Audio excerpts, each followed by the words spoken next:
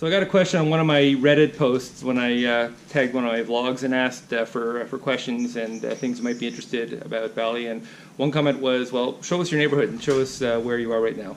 So we're going to go on a little neighborhood walk and go explore a few things here.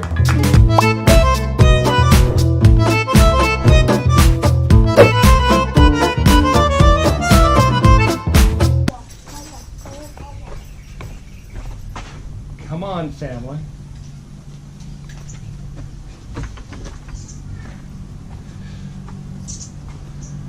So this is the little, very slippery but very pretty walkway, sidewalk to our actual villa. Our villa is back there. And it leads to an equally pretty and very quiet street with a few scooters and motorbikes about. But we usually head off that way. If we want to go to Penestanan village, we're going to go this way and explore some of the rice fields. So this village is called Penestanan, and it's really just like an outlying suburb of the city of Ubud. There's lots of them. They all have their own little micro governments and little security forces and all that. But it is a world apart and different from the hustle and bustle of downtown Ubud. The village is interlaced with a ton of these little pathways that get you to places like the Bintang market. As little as 20 or 30 years ago, this was a tiny little village with nothing but very, very basic residences for local villagers. In the last 20 or 30 years, the changes here must have been huge, because now you find where used to be a whole bunch of rice fields, that villas and warung and restaurants and coffee houses have popped up, drastically changing this. This is no longer the neighborhood.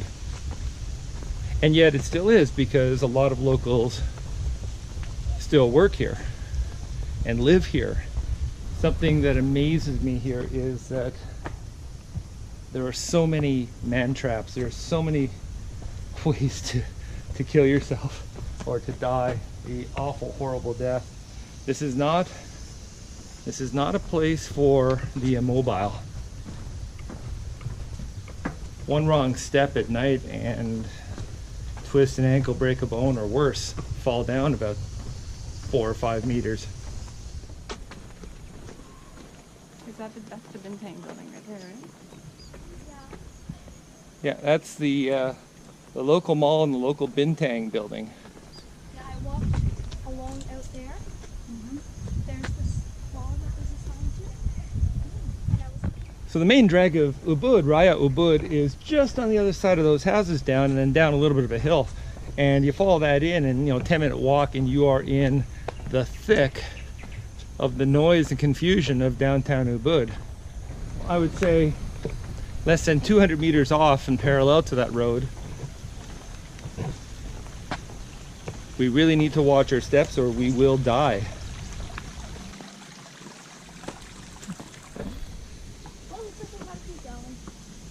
So that's an example of the kind of villas you get around here. I mean, on the one hand you've got tropical forest, and right here you've got beautiful rental villas.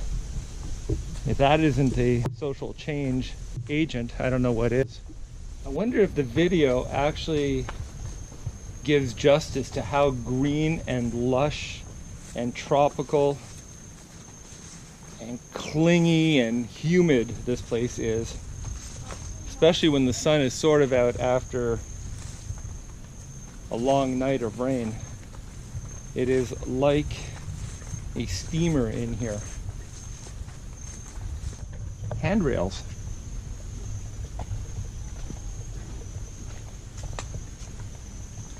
Because if you fall there, you've got a good 20-meter drop. There's a gotcha.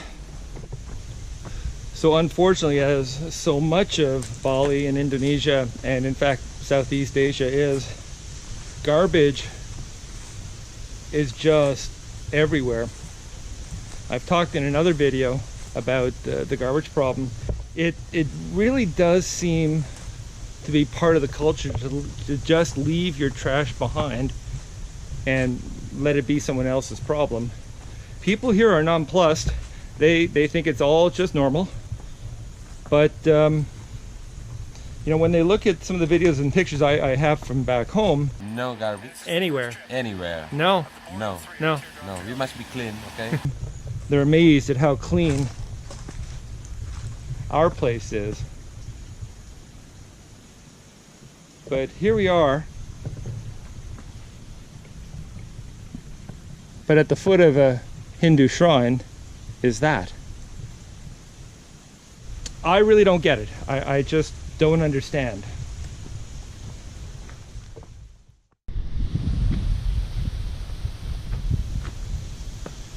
So this is all farmland that's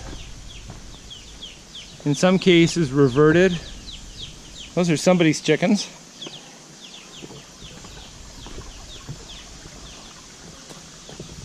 But now you also have this kind of thing. I think that's a really fun place about neighborhoods like this, because if you're in a villa out here, you are first of all removed from that noise and confusion, hustle and bustle of the big city. But you also have so much opportunity to just explore and walk around and still see some authentic small town village life. So things have changed so much here, and yet so many things are unchanged, and that dichotomy I find very interesting. That juxtaposition of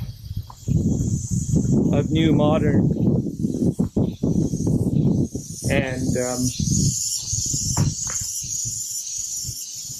and traditional. So Elliot has made a discovery. What have you found, Elliot? There we go. And this, ladies and gentlemen, is where dragon fruit come from. There's a nice looking one. So we got to the end of the road along our little pathways. Hit, I guess, a section of Raya Ubud. That's the really busy road down in Ubud that way, but which is much less busy over here. Found a really neat boutique place where we picked up some souvenirs, and then are cutting now back through the Penestanan rice fields walk. And again, this is like our backyard. This is our village, and we're off the beaten track, and it's peaceful and it's pleasant, and a lot of resorts and a lot of villas here. Not too much traffic, but again, that rural kind of life, which I think we can find if we try to squeeze our way through here. Like, this is a rural pastoral setting here. Yeah, we've been here close on to, this is our 4th week now, and this is a kilometer from our home, and we have not set foot on these paths. Every little path, and there's just so many of these too. We couldn't possibly hope to. We just hope to discover as much as we can. So we leave the resorts and we enter what again is just people's backyards. Just simple village life. Made better, I would hope, by tourists and tourist money. There are certainly some negative aspects to the tourist trade here, I'm sure. But I, for one, really hope that there's a net positive gain from our being visitors here. I think there certainly is from a globalism point of view, because I think the more we know each other and the better we know each other, the less we'll want to fight. So I'm a big time globalist. not only because I like visiting places, but because I think it does our planet good. And does our children good, and my students good, for me to bring these kinds of impressions back into my classroom. And in fact, influence our own children.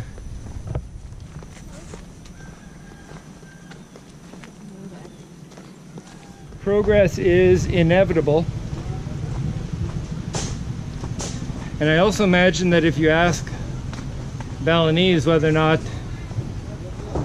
the tourist boom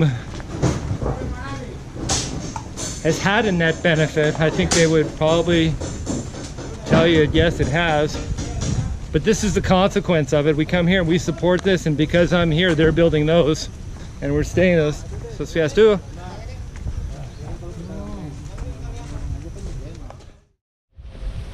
I just cannot get over how easy it is to find places like this.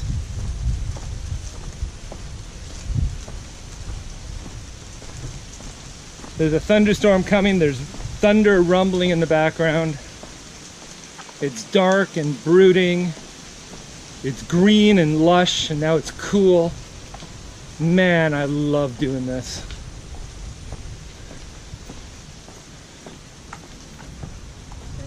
So just a little neighborhood warung here. Paddy's Point, because it's a point on the rice paddies. We live that way. That's a dog.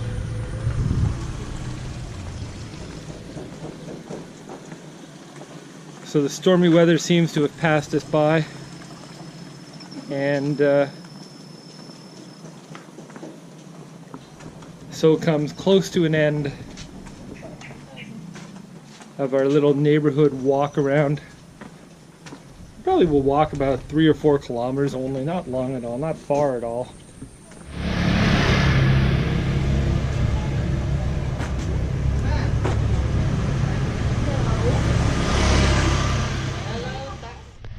So here we leave the rice fields of our village to, well, the village of our village.